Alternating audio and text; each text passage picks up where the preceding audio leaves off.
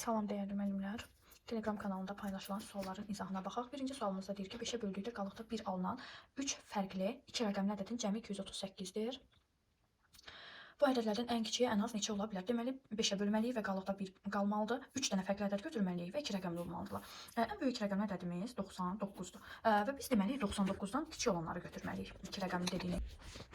99-dan kiçiklər içində məsələn 95 5-ə bölünür. Amma qaldıq 1 qaldığına görə üzərinə 1 gəlirəm və 96 götürəcəm.